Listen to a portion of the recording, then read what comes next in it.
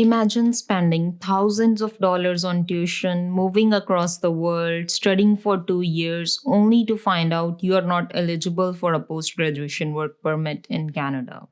Hello, my name is Jas, and I'm a regulated Canadian immigration consultant. Whether you are already in Canada finishing your studies or you are back home planning your future in Canada, you need to listen to this. The rules for post graduation work permit have split the students into two different worlds.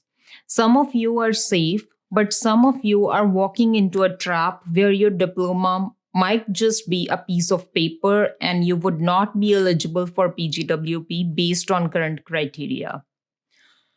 Most of you might already be familiar with the language proficiency requirements, which everyone has to meet depending upon if you studied from a college or university.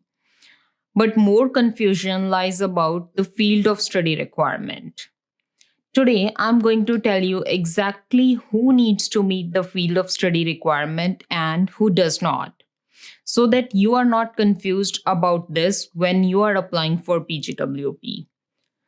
The golden rule to decide whether you need to meet the field of study requirement is: when did you apply and what did you study? First, let's stop the panic and see who are the people that do not need to meet the field of study requirements for PGWP. So, with relevance to this, I would like to mention a specific date here, that is November 1st, 2024.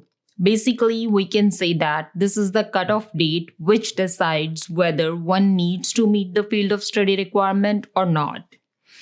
You are exempt from the field of study requirement if you submitted your PGWP or study permit application before November 1st, 2024, or you have completed a bachelor's, master's, or doctoral degree, or you graduated from PGWP eligible flight school. If you submitted your study permit application before November 1st, 2024, you are in the safe zone. It doesn't matter if you graduate in 2025, 2026, or 2027. It doesn't matter if you study history, arts, or engineering. As long as you meet the basic eligibility requirements, the new field of study restriction do not apply to you. Your application will be treated under the old rules only. However, if you are planning to come to Canada now, or if you applied for study permit on or after November 1st, 2024, the game has completely changed, as you have to meet the field of study requirement. Here again, there are two broad categories under which you may fall. If you are applying to bachelor's, master's, or doctoral degree, or you have graduated from a university with any of these degrees, you are still safe as you are exempt from the field of study restrictions. If you are applying to any program in a college now, you must meet the field of study requirements. However, if you are currently studying in college, then you may or may not have to meet the requirement depending upon when you applied for your study permit. So, to know the eligible field of study, this is where the classification of instructional program codes or CIP codes come in. It is a 6-digit code which is used to classify your program of study. You can find this code on the college's website for your specific study program, or it is also mentioned in your completion letter as well if you already completed your study. Now, the question arises, how can you check if the CIP code of your program is eligible or not? Just go to Google and search CIP code eligibility for PGWP and open this link. It will show you a list of currently eligible CIP codes. Here, you can search for the CIP code of your study program. For purpose of understanding, let's assume the CIP code of my field of study is 19.0709.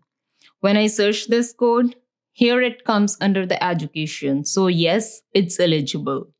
However, let's take another example of another study program CIP code. Let's say 52.1905, which is for travel and tourism. So it doesn't come up. So it doesn't come up here. That means this study program is not eligible. Based on this CIP code, if your program falls under an in-demand sector like agriculture, healthcare, STEM, or trade, you are eligible to apply for PGWP. On the other hand, if your program is not on the list, unfortunately not. No PGWP. So, if you are planning to come to Canada now, check the CIP code of your program before you pay your fees. Basically, it just means that the days of automatic approvals are over. The days when you studied at PGWP eligible college or university, any designated learning institution, and you would get a PGWP if you meet the general requirements. Now, it has become a bit more difficult as you need to know your CIP code and check if it's eligible for PGWP. To meet the language requirement is also an add-on. So, if you have recently graduated or are about to graduate and you are ready to apply for your post-graduation work permit, do not take risks with your application. Please consider taking help from a professional for your application if you are unsure about any of the requirements, because even a small mistake can cost your time, resources, and future. If you want me to apply for you, you can always reach out to me. Or if you have any questions, we offer a free 10 minutes consultation for general queries related to PGWP, only for the international students who have graduated or are going to graduate soon.